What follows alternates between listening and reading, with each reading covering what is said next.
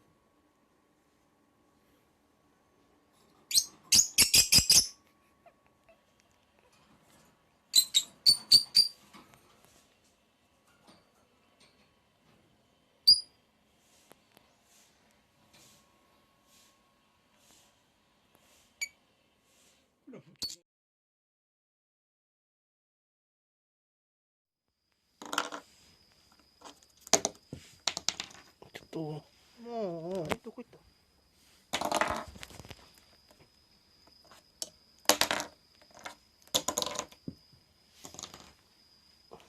拾いやすいところに投げてよ。